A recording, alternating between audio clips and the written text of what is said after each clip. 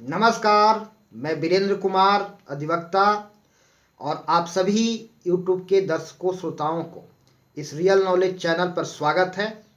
और आज मैं पुनः पूर्व की भांति इस चैनल पर अपना उद्बोधन और विचार लेकर के हाजिर हूँ। तो आज मैं बात करूँगा आज के राजनीतिक परिदृश्य पर, जो हम सब के सामने उपस्थित है, दृष्टिगोचर है। मैं इस पर अपनी संक्षिप्त बात रखूँगा।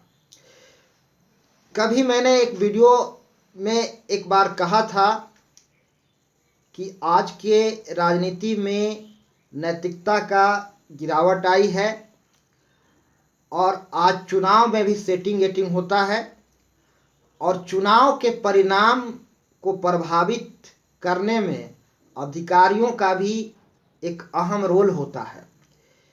इस पर मैंने बात रखी थी कभी। इस पर कुछ लोगों का कुछ ऑब्जेक्शन आया था। मैं यहाँ पर स्पष्ट कर देना चाहता हूँ, स्पष्ट शब्दों में, कि एथेंस में सुकरात जैसे महान दार्शनिक की मृत्यु दंड दिया गया था, जो इतिहास में अमरत्व को प्राप्त कर चुके हैं। उस समय एथेंस यानी ग्रीस के एथेंस शहर में लोकतंत्र था। भले ही यह लोकतंत्र आज की तरह नहीं था, लेकिन उस समय लोकतंत्र था और सभासदों ने बहुमत से सुकरात को मृत्युदंड के लिए दोषी सिद्ध किया। मैं इतिहास को ज़्यादा विस्तार में नहीं बताऊंगा क्योंकि समय का अभाव है। मैं संक्षिप्त में अपनी बात रखूंगा। सुकरात सत्य प्रेमी थे, स्पष्टवादी थे। उनका अध्यापन की शैली प्रश्नोत्तरी थी। प्रश्न करो और जवाब जानो, तर्क करो। जो तर्क के कसौटी पर जीना जांचे परखे जीवन मत जियो। जो तर्क के कसौटी पर खरा उतरे उसे मानो, और जो तर्क के कसौटी पर खरा नहीं उतरता उसे नहीं मानो। वह धार्मिक अंधविश्वास, पंथ परंपराओं का विरोध करते थे। उन पर आरोप मंडित हुआ था कि यह युवाओं को पथभ्रष्ट कर रहे हैं, अपवित्र कर रहे हैं और बगावत कर रहे हैं, सत्ता के खिलाफ उकसा रहे हैं। लेकिन सच्चाई यह था कि यह सब झूठी आरोप था। वह लोकतंत्र के विरोधी थे जो एथेंस में था, और सही मायने में वह लोकतंत्र था नहीं। वो लोकतंत्र के आड़ में कुलीन तंत्र काम कर रहा था। पूंजीपतियों का, धनाढ्य वर्गों का शासन था, जिसे बुजुर्गा लोकतंत्र कहा जाता है। सही अर्थों में लोकतंत्र नहीं था, जिसके खिलाफ उन्होंने न तो खुल करके उन पर जो आरोप लगाए गए वह धार्मिक अंधविश्वास फैलाने का, युवाओं को पथभ्रष्ट करने का आरोप लगाया गया था। मैं ज्यादा विस्तार से बात नहीं करूंगा। सत्य प्रेमी थे। अदालत में बहुमत से उनको मृत्यु दंड दिया गया। बहुमत से, मेजोरिटी से उनको मृत्यु दंड मिला। बहुमत ने सिद्ध किया कि यह मृत्यु दंड के लायक है। लेकिन जिन लोगों ने उन्हें मृत्यु दंड के लिए सिद्ध किया, उनमें से कोई सभासद, वो मानिंद व्यक्ति हुआ करते थे, चुनिंदा पब्लिक के द्वारा चुने गए व्यक्ति हुआ करते थे और इस तरह का काम न्यायिक जूरी का काम करते थे। उनमें से किसी को आज तक किसी ने नहीं जाना, नाम तक भी नहीं जाना। ना उस समय तक, आज की बात छोड़िए, उस समय तक भी लोग उसके नाम नहीं जानते थे जिन्होंने सुकरात को मृत्यु दंड दिया था। लेकिन सुकरात इतिहास में अमरत्व को प्राप्त कर गए, और जब तक चांद, सूरज और धरती रहेगा तब तक सुकरात को याद किया जाता रहेगा। बच्चे, बूढ़े, जवान सब सुकरात को जानते हैं। लेकिन सुकरात को मृत्यु दंड देने वाले सभासदों में उस युग में भी लोग, बहुत कम ही लोग जानते थे, और इतिहास में अमरत्व की बात तो ही छोड़ दीजिए। चलिए मैं बात को आगे बढ़ाता हूँ। आज के युग में भी उन पर आरोप जब सुकरात पर लगा और कहा गया कि तुम ये सब बोलना बंद कर दो, शब्द वापस ले लो, तुम्हें क्षमा कर दिया जाएगा, बोला कि ये नहीं होगा। जो गलत है सो गलत बोला जाएगा, जो तर्क संगत होगा उस पर मैं बात रखूंगा। भले ही मेरे जुबान मृत्यु दंड दे दो, लेकिन मैं गूंगा बन करके, बहरा बन करके नहीं रह सकता। उससे अच्छा मृत्यु दंड ही अच्छा। तो आज के, या आप सोच सकते हैं कि ये बात पुरानी है, ईसा से 370 400 वर्ष पहले की बात है।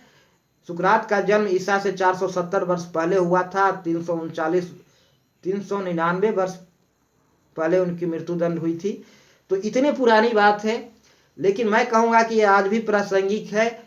युग बदलता है, समय बदलता है, समाज बदली है, लेकिन वह बाहरी रूप में बदलाव आया है। व्यक्ति आज भी उसी विचारधारा के हैं, उसी सोच का धारण किए हुए हैं, उसी मानसिकता वाले लोग आज भी हैं। इसलिए यह आज के युग में भी प्रासंगिक है। आप सत्य बोलोगे, सच्चाई के रास्ते पर आप चलेंगे, तो बेईमानों लोगों की टीम आपको दबाने का कोशिश करेगा। वह आपको आगे नहीं बढ़ने देना चाहेगा, चाहे वह जीवन के किसी भी क्षेत्र क्यों न हो, वह राजनीति ही क्यों न हो। एक अच्छा आदमी के लिए राजनीति में आगे बढ़ना मुश्किल होगा। सभी पक्ष विपक्ष सब मिल करके षड्यंत्र करके साजिश करके उसे आगे बढ़ने से रोकेंगे।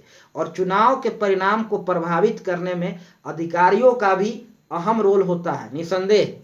अधिकारी भी किसी न किसी नेता के या किसी न किसी गुट के या किसी न किसी दल के फेवर में रहते हैं या किसी के अनफेवर में रहते हैं। जिन्हें वह पसंद करते हैं उनको जिताने का कोशिश भी करते हैं, और जिन्हें वह अच्छा नहीं समझते उनको दबाने का भरसक कोशिश करते हैं, और हराने का ही नहीं, बहुत बुरी तरह से पराजित करने का कोशिश करते हैं, ताकि ऐसे लोगों को आगे बढ़ने का मौका नहीं मिले, ये दब के रहें।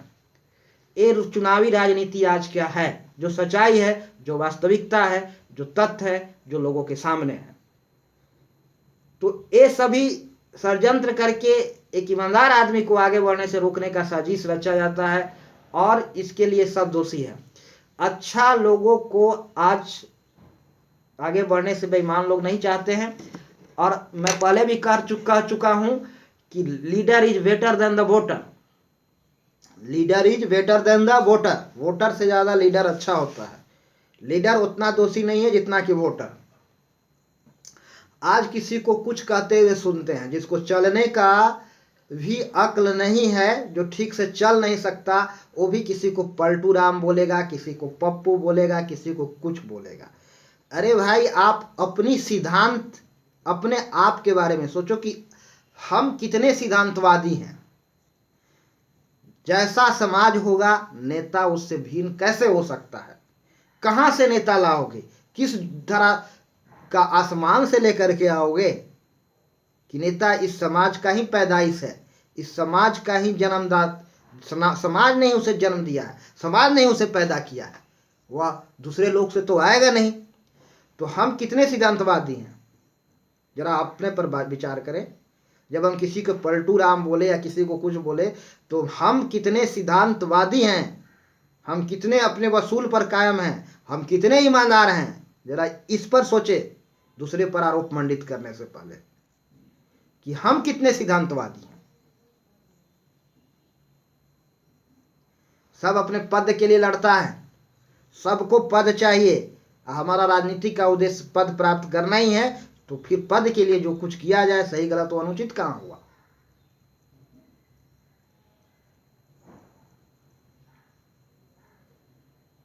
अन्ना हजारे एक ऐसा नेता रहे जो पद के लिए नहीं लड़े, न मुखिया के चुनाव लड़े, न सरपंच के चुनाव लड़े, न पार्षद के चुनाव लड़े, न मेयर का चुनाव लड़े, फिर भी अन्ना हजारे। तो सच्चाई तो यह है, वास्तविकता तो यह है कि हम सब पद के लिए राजनीति कर रहे हैं। सब लोग एक ही काम कर रहे हैं, तोड़ जोड़ गठजोड़ मेल मिलाप, कभी इससे तो उससे, तो उससे तो उससे। जब चुनाव की बारी आए तो सीधे पैर पर गिर जाओ। चुनाव खत्म हुआ, फिर अपना वही रवैया। हमने किसी चुनाव में खड़ा हुआ, कुछ लोगों ने कहा कि आप सबसे मिले। मैं कहा कि सबसे नहीं मिलूंगा, हार जाऊंगा लेकिन सबसे नहीं मिलूंगा। आज सिद्धांत की राजनीति करने वाला क्यों? बहुत कम लोग बचे हैं। सिद्धांत की राजनीति करने वाले बहुत कम लोग बचे हैं इस देश में, इस दुनिया में, इस समाज में। सिद्धांतवादी बच्चा कौन है जो दूसरे पर आरोप मंडित कर रहे हो? हमारे तरफ आ जाए तो पलटू राम नहीं है, दूसरे की तरफ चल जाए तो पलटू राम हो गया। क्या बात है। तो ये सभी वास्तविकता है, जो सच्चाई है। समय बहुत कम है, मैं ज़्यादा कुछ कहने में असमर्थ हूँ। मैं अगला वीडियो में ये सब बातें पर गहराई से पुनः मैं वीडियो लेकर के आऊँगा और बात करूँगा सुकरात के बारे में, एथेंस के बारे में, वहाँ के लोकतंत्र क्या था, इस पर भी बात करूँगा।